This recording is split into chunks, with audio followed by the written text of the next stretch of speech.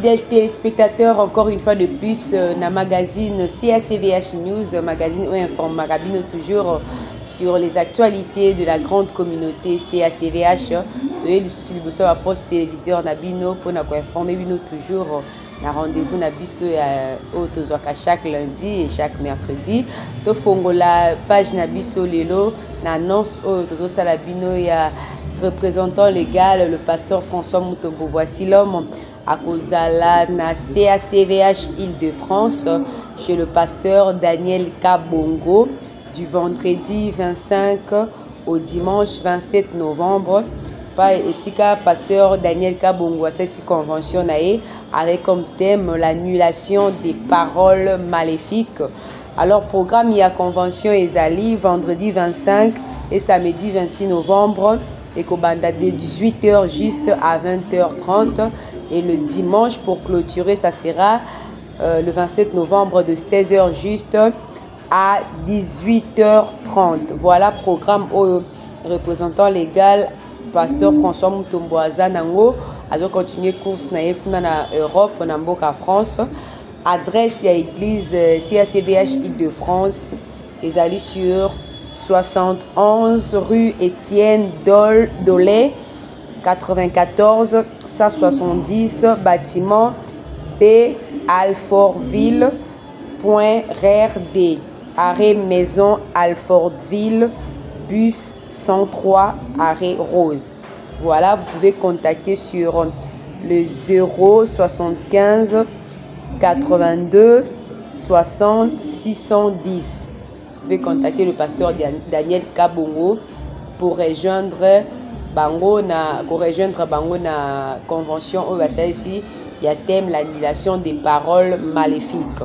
Bon, mon affiche yangwana équipe technique était la biso affiche il y a convention au pasteur Daniel Kabongo organisé à inviter le représentant légal. Voilà tokoba na basango na biso ya lelo na CACVH News. Tozolo be la CACVH Lemba Terminus bisika wapi installation nango esalemaki le dimanche dernier, le dimanche 13 novembre. Comité directeur ekendaki ko installer CACVH Lemba Terminus et pas à pasteur John Chamala. Désormais, nous avons déjà une assemblée CACVH na Lemba Terminus. Kinyoso bazana Lemba o sepeli na vision ya représentant légal pasteur François Mutombo. Voici l'homme o moni peut-être kalembele beza musika bokoki ko rejoindre CACVH Lemba Terminus et pas à pasteur John Chamala. Ba photo ya ngwana bozomona installation les gars qui le 13 dimanche 13 novembre et les gars qui vraiment à merveille. Membre comité directeur Bakendaki le pasteur Claude Bongombola, le chargé de la doctrine, le secrétaire général adjoint Papa Fiston Moubakanda, chargé de communication adjointe Maman Berti Lunga et les autres en tout cas et les gars qui très bien. Alors continuons avec news Nabiso tozolo be sous CACVH Lemba Foire. Vous allez comprendre que Lemba est tellement monnaie, alors CACVH est celui qui a Lemba Terminus et côté déjà Lemba Foire. Lemba Foire déjà à côté à deuxième entrée à Fikine avec le pasteur Jean Kabasele. Mais pour Lemba Foire, tous autres la bino interview, il y a pasteur Jean Kabasele Yemoko a Yebisabiso ce qu'il pense de la communauté CACVH. Après Sabiso n'a pas adresse ba détail sur son assemblée de CACVH Lemba Foire. Suivons l'interview de pasteur Jean Kabasele et revenons vite sur notre plateau de CACVH. Ok, merci beaucoup.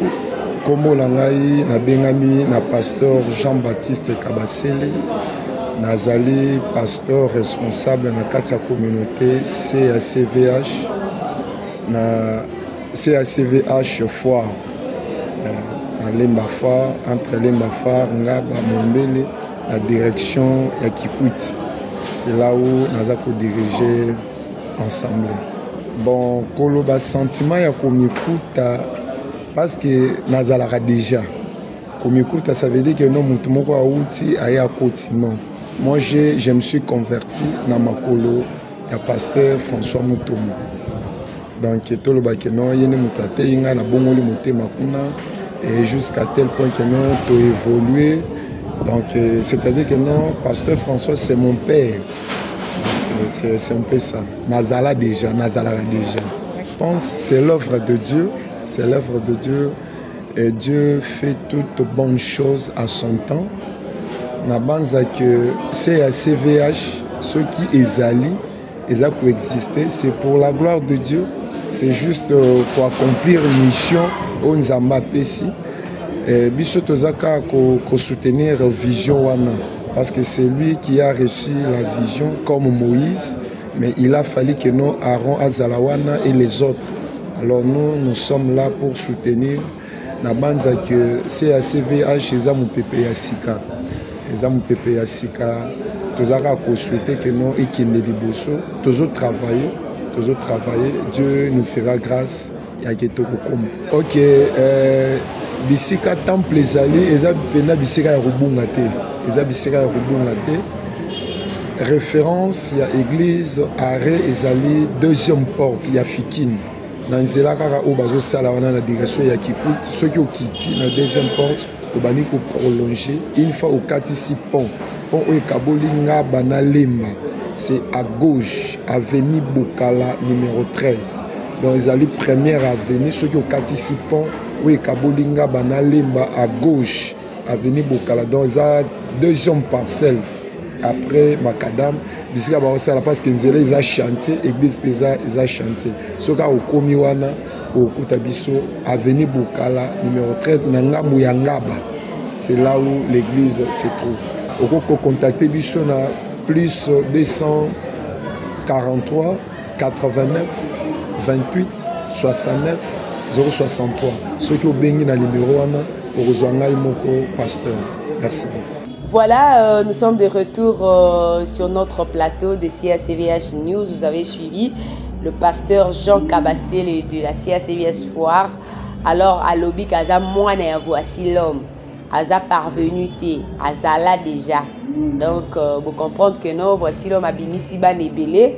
Abimisi ba produit ebele o nusu bazala qui camouflé bazala qui peut être étouffé mais à partir de la communauté CACVH et kobimisa bana na nyoso o ya format qui pasteur Jean Kabassé a levé en okeno aza parvenu dans la communauté CACVH et mo ko pesi biso ba détail nyoso to simba sikoyo news na biso concernant jeunesse chrétienne VIP CACVH.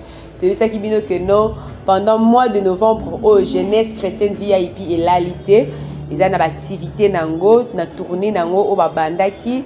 Et dimanche 20 novembre, ils ont qui tout y a CACVH Lusansou à Kimbanse, qui est chez le pasteur Claude Bongombo là. Vous voyez les images, toujours, Balongwaka toujours, lieu de rencontre là-bas, ils ont la Canabiro, il y a représentant légal, Papa François Mutombo, voici l'homme. Si kokende na CACVH Lusanso, bien que distance eza moulaï, mais comité de coordination balobi bako la laté bako tikate, il faut ba comme la assemblée nyonso pona ko finir mission na bango o babandaki kokende ko communiquer vision ya représentant légal Papa François Mutombo voici l'homme par rapport à la jeunesse naé, le linga lingi ba jeune naé bazali là. Dimanche 20 novembre, il y a qui tour, il y a CACVH Lusans Bozomona. Vraiment, ils ont qui très bien, ça s'est très bien passé, avec toujours à la tête leur cordon national ainsi qu'international, le président Jean-Pierre Ndala. Vous voyez, et nous allons vous laisser maintenant suivre aussi l'interview toujours avec le président Jean-Pierre Ndala. Pour Atalis Aebisabiso, Ndeyakouti jeunesse, il y a CACVH Lusans, comment baser évoluer. Et façon à monnaie impression par rapport à la jeunesse et à CACVH surtout Landa, le président Jean-Pierre Ndala. Présence nangai na CAC Lusansu Isaka Kanakati ya tournée Tozanango, sensibilisation à jeunesse, présenter vision il y a représentant légal passé François Mutombo Oizaya que la jeunesse soit utile dans la société et dans l'église. Oui, les jeunesse, ils ont promettre, quel que soit l'empêchement, il y a on a quand même réuni une centaine de jeunesse. Au total, ici, bango que vous devez être utile dans l'église, dans la société. Moto à cause de la utile, ni jeune à cause de la utile, ni la société, puis dans l'église, il faut aza na biloko misatu oyo totangi ya liboso. Il faut aza na qualité autobengi spirituelle, bonzambe ezonga na kati ya jeunesse, comme temps ya kala, ya début ya groupe de prière, bonzambe ezalaki makasi na kati ya jeunesse. Toye koloba ke il faut jeune nyonso atanga kotanga eza malamu soko zomona ke oza na makoki ya kosala babiloko ya minene te ya komata ba université mais ba formation ezali toye kotalisa bango formation comme cadeau papa apesi.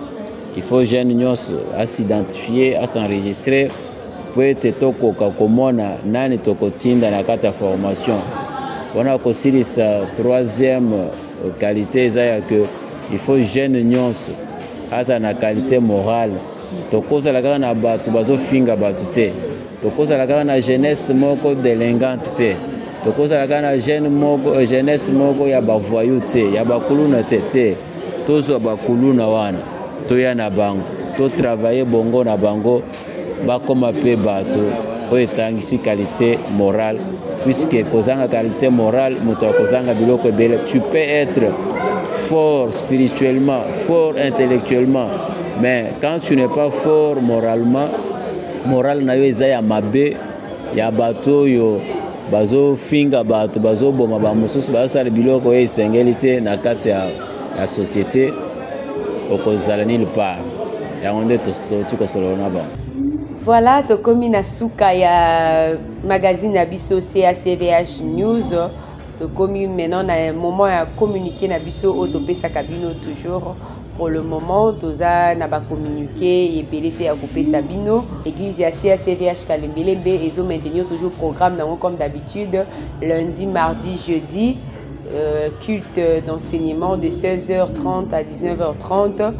Et nous avons mercredi et vendredi, culte de Mahombi de 10h juste à 19h30, accompagné de jeunes à sec et la prophétie publique. Et nous avons le samedi de 14h à 15h, le culte des voici avec les enfants. Et le culte de dimanche, premier culte d'adoration, action des grâces et louanges, de 7h juste à 12h30. Et ainsi que adoration et combat le soir comme deuxième culte. C'est de 16h30 à 19h30. Voilà, communiqué Oyo et Zali pour le moment au sein de la CACVH Kalembelembe en attendant le retour du représentant légal, le pasteur François Mutombo. Voici un qui sera pour bientôt. Alors, on continue toujours que Sabino Banui s'il le faut. Mais en ce moment, on garder d'abord la communauté Oyo Topé Sibino. Nous sommes arrivés à la fin de notre page magazine. Nous disons merci à l'Éternel Dieu qui a permis que cette émission ait lieu. Nous remercions le représentant légal, Papa François Mtobo-Voisilom, de là où il se trouve, ainsi qu'à sa femme, notre maman, sa charmante épouse, Maman Mémine Mtobo-Voisilom. Nous disons merci à toute l'équipe technique qui nous a accompagnés. Nous voyons Jimmy Moussangana derrière la caméra, nous voyons Clédor au montage. Et nous profitons de l'occasion aussi pour souhaiter un heureux anniversaire au prophète Jean-Psy Kayembe, un prophète de la CACVH Kalembelembe qui fête son jour d'anniversaire, qui a fêté plutôt son jour d'anniversaire le dimanche 20 novembre. Joyeux anniversaire à vous. Nous sommes arrivés à la fin. Restez toujours branchés, connectés sur votre chaîne Voici l'Homme TV ainsi que Royal TV sur YouTube pour continuer à suivre nos actualités. Si Jésus ne revient pas, revenons-nous à la prochaine, toujours avec Marie Koyalodi à la présentation.